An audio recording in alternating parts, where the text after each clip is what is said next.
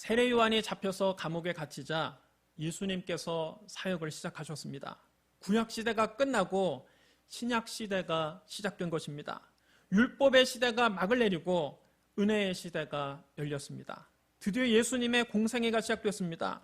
그런데 예수님께서 공생애 사역을 시작하시면서 가장 먼저 하신 일은 바로 제자들을 부르신 일입니다.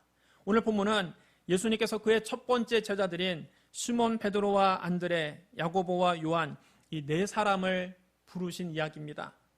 예수님은 팀 사역을 하셨습니다. 예수님은 혼자 일하지 않으셨습니다. 제자들과 함께 일하셨습니다. 그렇게 하기 위해서 예수님께서 사역을 시작하시면서 제일 먼저 하신 일은 제자들을 부르신 겁니다. 예수님의 공생의 사역은 철저하게 팀 사역이었습니다. 예수님은 제자들을 부르시고 그들에게 사역을 분담시키셨습니다. 예수님의 팀에는 사람을 불러 모으는 사람, 사람들을 양육하는 사람, 돈을 맡아 관리하는 사람이 각각 따로 있었습니다. 예수님은 전능하신 하나님이시지만 혼자 일하시지 않고 제자들과 팀을 이루어서 함께 일하셨습니다. 전능하신 예수님이 팀을 이루어서 사람들과 함께 일하셨다면 하물며 우리가 하나님의 일을 혼자 할 수 있겠습니까? 건강한 교회는 모든 성도가 함께 일하는 교회입니다. 목사 혼자 바쁜 교회는 결코 건강한 교회가 될 수 없습니다. 목사 혼자 북치고 장구치고 혼자 모든 일을 다 하고 성도들은 목사가 일을 잘하나 못하는가 구경만 하는 교회는 병든 교회입니다. 하나님은 목회자와 성도들을 하나의 팀으로 묶어주신 것입니다. 건강한 성도는 성도들이 모두 다 현역 선수가 되고 목회자가 감독이 되는 교회입니다. 그런데 병든 교회는 목사가 선수가 되고 성도들은 구경만 하는 관중이 됩니다. 목사 혼자 죽어라고 일하고 성도들은 그냥 구경만 합니다. 그러면 교회가 병들고 성장할 수가 없는 겁니다. 우리 교회가 건강한 교회가 되려면 여러분 한 사람 한 사람이 다 사역의 현장에서 주전 선수가 돼야 합니다. 여러분이 전도의 선수, 양육의 선수, 신방의 선수, 봉사의 선수가 돼서 발벗고 뛰어야 합니다. 믿지 않는 이웃과 가족들에게 열심히 복음을 전해야 됩니다. 팔짱 끼고서 전도는 전도사님이 알아서 하시겠지 구경만 해서는 안 됩니다. 또 교우 중에 아픈 사람 있거나 시험에 든 사람 있으면 목사님이 신방하시겠지 뒷짐지고 가만히 있으면 안 됩니다. 여러분이 먼저 가서 기도해주고 위로해줘야 됩니다. 또 교회를 위해서 내가 할 수 있는 일이 뭐가 있을까 찾아서 봉사해야 됩니다. 누가 시켜서 하는 것이 아니라 내가 우리 교회를 위해서 무슨 일을 할 수 있을까 찾아서 봉사하는 겁니다. 교회는 목사 혼자서 세우는 것이 아닙니다. 전 성도가 힘을 합쳐서 함께 교회를 세워가는 것입니다. 하나님 우리 한 사람 한 사람에게 모두 다 은사와 달란트를 주셨습니다.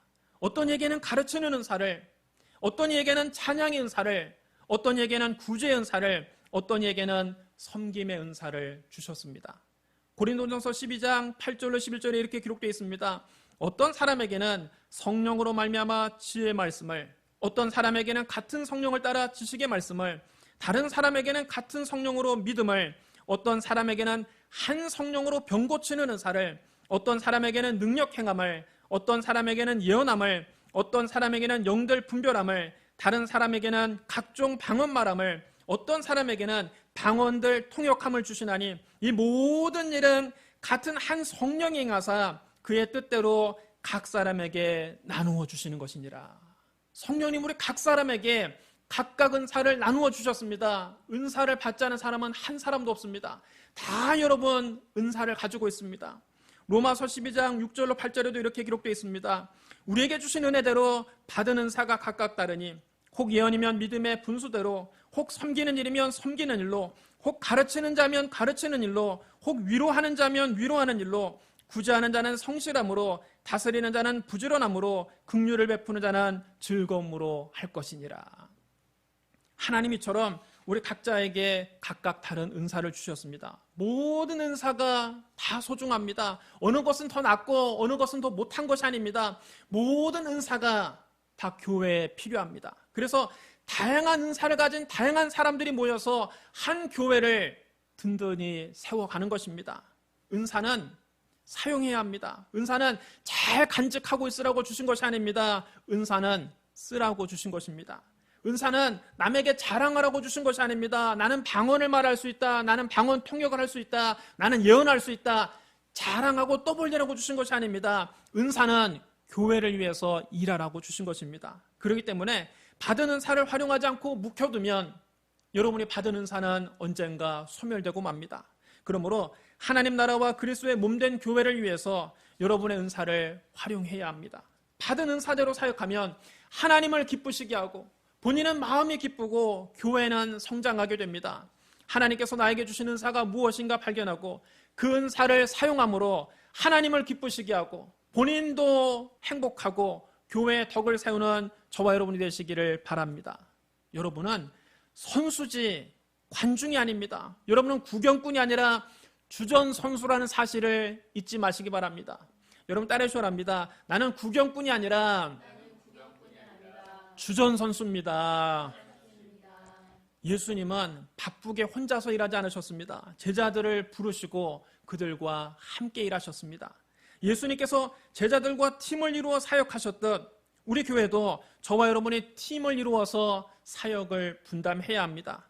우리 교회가 모든 성도가 다 은사대로 사역하는 건강한 교회가 되기를 주님의 이름으로 축복합니다. 예수님께서 제자로 삼으신 사람들은 과연 어떤 사람들이었을까요? 오늘 본문에 나오는 시몬 베드로, 안드레, 야고보, 요한 이 네 사람은 모두 다 갈릴리의 어부였습니다. 갈릴리 지방은 가난하고 무식한 사람들이 모여 사는 북쪽의 변방이었습니다.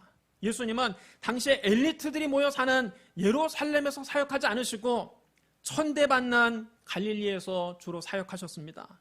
주님의 제자들도 대부분 갈릴리 사람들을 선택하셨습니다. 예수님의 12제자 가운데 가론 유다 한 사람을 제외한 나머지 11명은 모두 다 갈릴리 출신입니다. 특별히 예수님이 처음 제자로 부르신 시몬 베드로와 안드레, 야고보와 요한은 전형적인 갈릴리의 어부들이었습니다. 그들은 가문이 좋지도 않았습니다. 많이 배우지도 못했습니다. 사회적인 지위가 있는 것도 아니었습니다. 세상적인 관점으로 볼 때 이들은 결코 인재라고 할 수 없습니다. 별로 쓸데가 없는 사람들입니다. 하지만 예수님은 이 비천한 갈릴리 어부들을 당신의 동역자로 부르셨습니다. 그들이 자격이 있어서 부른 것이 아닙니다. 오직 사랑으로 그들을 부르셨습니다. 여러분, 하나님이 사람을 택하실 때는 어떤 외부적인 조건을 보고 택하시지 않습니다. 다만 그의 사랑을 인하여 택하시는 것입니다. 구약시대 하나님께서 이스라엘을 당신의 선민으로 택하실 때에도 그들의 수요나 군사력이나 경제력을 보고 그들을 택하신 것이 아닙니다. 다만 그들을 사랑하시기 때문에 그들을 택하셨습니다. 그들의 조상 아브라함과 맺은 언약을 지키시기 위해 하나님이 이스라엘을 선택하셨습니다. 신명기 7장 6절로 9절 말씀 여러분 잘 들어보십시오. 너는 여호와 네 하나님의 성민이라. 네 하나님 여호와께서 지상 만민 중에서 너를 자기 기업의 백성으로 택하셨나니 여호와께서 너를 기뻐하시고 너희를 택하심은 너희가 다른 민족보다 수요가 많기 때문이 아니니라. 너희는 오히려 모든 민족 중에 가장 적으니라. 여호와께서 다만 너희를 사랑하심으로 말미암아 또는 너희 조상들에게 하신 맹세를 지키려 하심으로 말미암아 자기의 권능의 손으로 너희를 인도하여 내시되 너희를 그 종되었던 집에서 애굽 왕 바로의 손에서 속량하셨나니 그런즉 너는 알라. 오직 내 하나님 여호와는 하나님이시요 신실하신 하나님이시라. 여러분 따라해 주셔야 합니다. 여호와께서 다만 너희를 사랑하심으로 말미암아. 여러분 이것 보십시오. 하나님께서 이스라엘을 하나님의 선민으로 삼으신 것은 그들의 수요가 많기 때문이 아니었습니다. 그들은 오히려 모든 민족 중에 가장 적은 민족이었습니다. 그 당시에도 애굽처럼 인구가 많고 경제적으로도 풍부하고 군사력이 뛰어난 민족들이 얼마든지 있었습니다. 그러나 하나님은 그런 강한 민족을 당신의 백성으로 택하신 것이 아니라 약하고 힘이 없는 이스라엘을 당신의 선민으로 선택하셨습니다. 여러분 중에 나는 학력도 내세울 만하지 못하고 나이도 이미 많고 돈도 별로 없고 사회적인 지위도 자랑할 것이 없습니다. 나 같은 사람이 무슨 주님의 일을 하겠습니까? 이렇게 생각하는 사람이 있습니까? 하나님은 그런 조건을 보지 않습니다. 하나님은 세상 사람들처럼 학력이 얼마나 좋은가, 얼마나 좋은 대학을 나왔는가, 유학은 다녀왔는가, 나이는 젊은가, 외모는 얼마나 예쁜가, 재산은 얼마나 되는가, 사회적인 지위는 얼마나 높은가, 이런 걸 보지 않습니다. 하나님께서 여러분을 부르고 택하신 것은 여러분의 조건을 보고 택하신 것이 아닙니다. 다만 하나님이 여러분을 사랑하시기 때문에 택하신 것입니다. 조건이 좋고 자격이 있어서 하나님께 택함받는 사람은 한 사람도 없습니다. 고린도전서 1장 26절로 29절에 이렇게 기록되어 있습니다. 형제들아 너희의 부르심을 보라. 육체를 따라 지혜로운 자가 많지 아니하며 능한 자가 많지 아니하며 문벌 좋은 자가 많지 아니하도다. 그러나 하나님께서 세상에 미련한 것들을 택하사 지혜 있는 자들을 부끄럽게 하시고 세상에 약한 것들을 택하사 강한 것들을 부끄럽게 하려 하시며 하나님께서 세상에 천한 것들과 멸시받는 것들과 없는 것들을 택하사 있는 것들을 폐하려 하시나니 이는 아무 육체도 하나님 앞에서 자랑하지 못하게 하려 하심이라. 하나님은 약하고 천한 사람들을 택해서 강하고 있는 자들을 부끄럽게 하십니다. 그러므로 하나님이 우리의 조건을 보고 택하신 것이 아니라 하나님이 여러분을 사랑하셔서 택하셨다는 것을 잊지 마시길 주님의 이름으로 축복합니다. 그런데 우리가 베드로와 안드레, 야고보와 요한 이 네 사람을 보면서 한 가지 또 주의 깊게 살펴볼 것이 있습니다. 그들은 비록 많이 배우지는 못했지만 특별한 열심을 가진 사람들이었습니다. 예수님께서 갈릴리 해변을 다니시다가 열심히 일하는 형제를 보셨습니다. 바로 시몬 베드로와 그의 형제 안드레였습니다. 그들은 바다에 부지런히 그물을 던졌습니다. 접은 그물을 어깨 위로 빙빙 돌려서 확 던지면 그물이 쫙 펴지면서 바다에 가라앉았습니다. 그런데 그물을 당겨보면 아무것도 잡혀있지 않습니다. 빈 그물이었습니다. 그래도 그들은 포기하지 않고 다시 그물을 빙빙 돌려서 또 바다에 던졌습니다. 하지만 그물을 잡아 당겨보면 번번이 빈 그물이었습니다. 그들은 그날 밤이 새도록 바다에 그물을 던졌습니다. 그러나 밤이 새도록 잡은 것이 없었습니다. 예수님이 멀찍이 떨어지셔서 베드로와 안드레가 계속 그물 던지는 모습을 지켜보셨습니다. 잡히는 것이 없는데도 포기하지 않고 끈질기게 그물 던지는 그들을 보셨습니다. 예수님은 그들의 그 부지런함과 끈기를 보시고 첫 번째 제자로 그들을 택하신 겁니다. 거기서 조금 더 가시다가 예수님은 또 다른 형제를 만나셨습니다. 바로 세베대의 아들 야고보와 요한이었습니다. 그들은 자기 아버지와 함께 배에서 그물을 깃고 있었습니다. 그들도 베드로와 안드레처럼 그날 밤이 새도록 바다에 나가서 그물을 던졌지만 허탕만 쳤습니다. 그물만 여기저기 찢어졌습니다.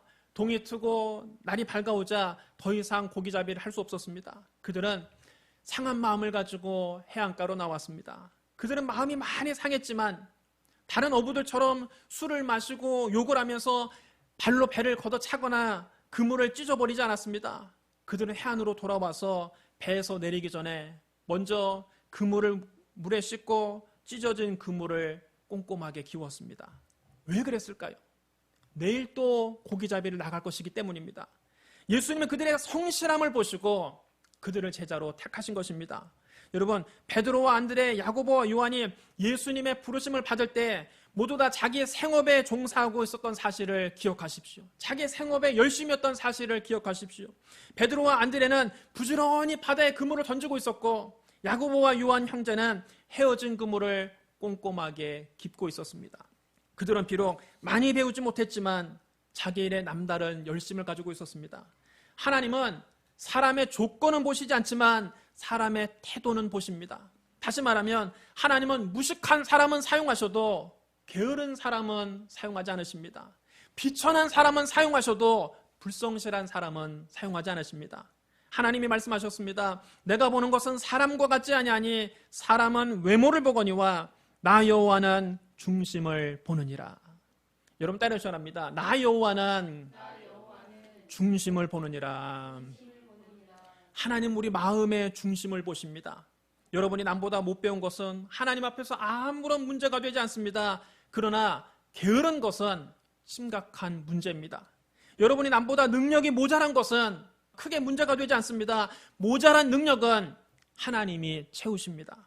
그러나 성의가 없는 사람은 하나님께서 아예 사용하지 않으십니다. 여러분 하나님께 쓰임받기를 원하십니까? 그렇다면 베드로와 안드레의 끈기를 배우십시오.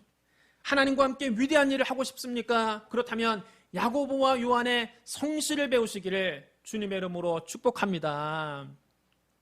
예수님은 그들을 부르시면서 내가 너희로 사람을 낚는 어부가 되게 하리라 말씀하셨습니다. 사람을 낚는 어부란 한마디로 전도자입니다. 죄인들을 하나님 앞으로 인도하는 사람을 말합니다. 그런데 예수님은 내가 너희로 전도자가 되게 하리라 말씀하시지 않고 내가 너희로 사람을 낚는 어부가 되게 하리라 말씀하셨습니다.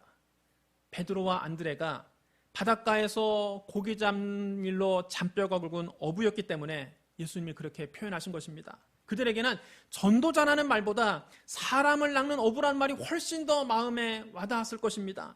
예수님 언제나 듣는 사람들의 상황을 고려해서 그들이 알아듣기 쉽게 말씀하셨습니다. 예수님의 말씀은 언제나 생생합니다. 마치 눈앞에서 보는 것처럼, 마치 손에 잡히는 것처럼 말씀하십니다. 우리는 예수님의 표현법을 배울 필요가 있습니다. 사람을 낚는 어부라는 이 말씀이 베드로와 안드레의 가슴에 불을 지폈습니다. 예수님의 말씀은 그들의 자아상을 새롭게 했습니다. 예수님이 이 한마디로 그들의 자아상을 완전히 바꾸어 놓으셨습니다. 그들은 그때까지 자기들 스스로 평생 갈릴리에서 고기나 남는 어부라고 생각했습니다. 그것이 자기들에게 주어진 숙명이라고 생각하며 살았습니다. 그런데 예수님께서 오셔서 너희는 더 이상 물고기만 잡는 어부가 아니다. 이제부터는 사람을 낚는 천국의 어부가 되라 말씀하신 것입니다. 그들이 예수님의 말씀을 듣고 전혀 새로운 자기 자신을 발견하게 되었습니다. 천국의 어부가 된 자기 자신을 꿈꾸게 됐습니다. 그들은 사람을 낚는 어부가 되겠다는 불타는 사명감을 갖게 됐습니다. 예수님 오셔서 언제나 우리의 자아상을 바꾸어 주십니다. 자기를 실패자라고 생각하는 사람에게 주님 오셔서 아니다, 너는 성공자라 말씀하십니다. 나는 아무것도 할 수 없다고 말하는 사람에게 주님은 말씀하십니다. 너에게 능력 주시는 자 안에서 너는 모든 것을 할 수 있다. 나는 아무짝에도 쓸모없는 무가치한 인간입니다. 자책하는 사람에게 주님은 말씀하십니다. 아니다. 너는 내가 내 핏값을 주고 산 천하보다 귀한 존재다. 이렇게 말씀하시며 우리 어깨를 두드려 주십니다. 오늘 예수님을 만나고 여러분의 자아상이 바뀌게 되시기를 주님의 이름으로 축복합니다. 나는 실패자다, 쓸모없는 사람이다, 살아야 될 이유가 없다, 이런 부정적인 자아상을 버리십시오. 나는 하나님의 자녀다. 주님이 나를 위해서 십자가에서 피를 흘리셨다. 나는 존귀한 사람이다. 주님이 주시는 이런 건강한 자아상을 갖게 되시기를 주님의 이름으로 축원합니다. 예수님의 부름을 받은 그들이 어떻게 예수님을 따랐을까요? 열심히 고기를 잡던 어부들에게 예수님 오셔서 나를 따라오라, 내가 너희로 사람을 낚는 어부가 되게 하리라 하셨을 때 그들 모두 즉각적으로 순종했습니다. 베드로와 안드레는 그물을 버려두고 예수님을 따랐습니다. 여러분 따라해 주셔야 합니다. 곧 그물을 버려두고 따르니라. 야고보와 요한은 그 아버지 세베대를 품꾼들과 함께 배에 버려두고 예수님을 따랐습니다. 여러분 따라해 주셔야 합니다. 배에 버려두고 예수를 따라가니라. 버리고 예수님을 따른 것입니다. 여러분 이것은 결코 쉬운 일이 아닙니다. 어부에게 있어서 배와 그물은 전 재산입니다. 생계가 달려있는데 주님이 오라고 한다고 해서 배와 그물을 버려두고 예수님을 따라갈 수 있습니까? 예수님을 만나고 자아상이 바뀐 그들은 영의 눈이 열린 것입니다. 그전까지 그들은 먹고 살기 위해서 갈릴리 호수에서 평생 고기잡이나 하다가 죽으면 끝나는 것으로 생각했습니다. 그러나 예수님께서 사람을 낚는 어부가 되라고 하셨을 때 이 세상에서 먹고 사는 문제보다 훨씬 중요한 것이 있음을 깨닫게 된 것입니다. 눈에 보이는 세계만 있는 것이 아니라 눈에 보이지 않는 영적인 세계가 있음을 깨닫게 된 것입니다. 그들이 영의 눈이 열려서 영혼을 구원하는 일이 얼마나 중요한 것인을 깨닫게 되자 그 다음부터 먹고 사는 것은 더 이상 문제가 되지 않았습니다. 그들은 모든 것을 버려두고 예수님을 따랐습니다. 어떤 사람은 교회 생활하면서 11조만 가지고도 시험에 듭니다. 그거 가지고 자기 혼자서 갈등합니다. 11조를 드릴 때마다 하나님께 온전한 11조를 드려야 되지 않을까? 아니야. 먹고 살기도 힘든데 하나님께서도 이해하시겠지. 11조를 헌금 목조에 넣었다가 뺐다가 혼자서 고민합니다. 여러분 마가복음 10장에 보면 세상 것을 포기하지 못해서 구원받지 못한 사람의 이야기가 나옵니다. 한 부자가 와서 예수님께 물었습니다. 선한 선생님이여, 내가 무엇을 하여야 영생을 얻으리이까? 예수님께서 조용히 말씀하셨습니다. 네가 어찌하여 나를 선하다 일컫느냐? 하나님 한 분 외에는 선한 이가 없느니라. 네가 계명을 안 하니 살인하지 말라, 간음하지 말라, 도둑질하지 말라, 거짓 증언하지 말라, 속여 빼앗지 말라, 네 부모를 공경하라 하였느니라. 그러자 이 사람이 당당하게 큰 소리칩니다. 선생님이여, 그런 것쯤은 내가 어려서부터 다 지켰나이다. 그러자 예수님께서 사랑스러운 눈으로 그를 바라보시며 나지막한 목소리로 말씀하셨습니다. 너에게 아직도 한 가지 부족한 것이 있으니 가서 너에게 있는 것을 다 팔아 가난한 자들에게 주라. 그리하면 하늘에서 보화가 너에게 있으리라. 그리고 와서 나를 따르라. 이 말을 듣는 순간 그 얼굴은 얼음장처럼 굳어버렸습니다. 조금 전까지 자신감 넘치던 표정이 온데간데 없이 사라졌습니다. 그는 재물이 많았기 때문에 이 말씀을 듣고 슬픈 기색을 띠고 근심하며 돌아갔습니다. 그는 재물을 포기할 수 없어서 그만 예수님을 포기해버리고 말았습니다. 그러나 오늘 본문에 나오는 예수님의 제자들은 그렇게 하지 않았습니다. 그들은 생업도 포기했습니다. 그들의 전 재산이라고 할 수 있는 배와 그물도 버려두고 예수님을 따랐습니다. 그만큼 예수님을 따르는 것이 큰 영광이고 예수님께 선택받는다는 것이 어마어마한 축복이라는 것을 그들은 깨달은 것입니다. 그래서 모든 것을 버려두고 예수님을 따라간 것입니다. 우리가 주님의 제자가 되려면 세상 것을 포기할 수 있어야 됩니다. 하루는 예수님께서 길을 가실 때 어떤 사람이 와서 말했습니다. 어디로 가시든지 제가 주님을 따르겠나이다. 그러자 예수님 말씀하십니다. 나를 따르는 것이 어떤 것인지 아느냐? 여우도 굴이 있고 공중의 새도 집이 있으되 인자는 머리 둘 곳이 없도다. 그러면서 다른 사람에게 말씀하셨습니다. 너는 나를 따르라. 그러자 그가 이렇게 대답합니다. 나로 먼저 가서 내 아버지를 장사하게 하옵소서.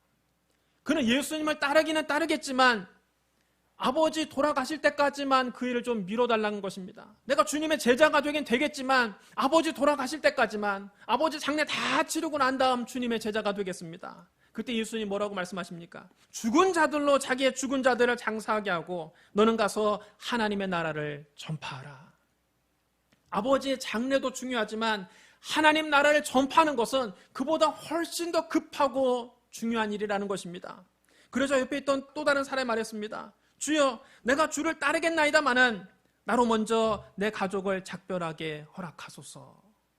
이 사람이 주님을 따르고자 했더니 가족이 눈에 밟힙니다. 그래서 주저하자 예수님이 그에게 말씀하십니다. 손에 쟁기를 잡고 뒤를 돌아보는 자는 하나님 나라에 합당하지 아니하니라.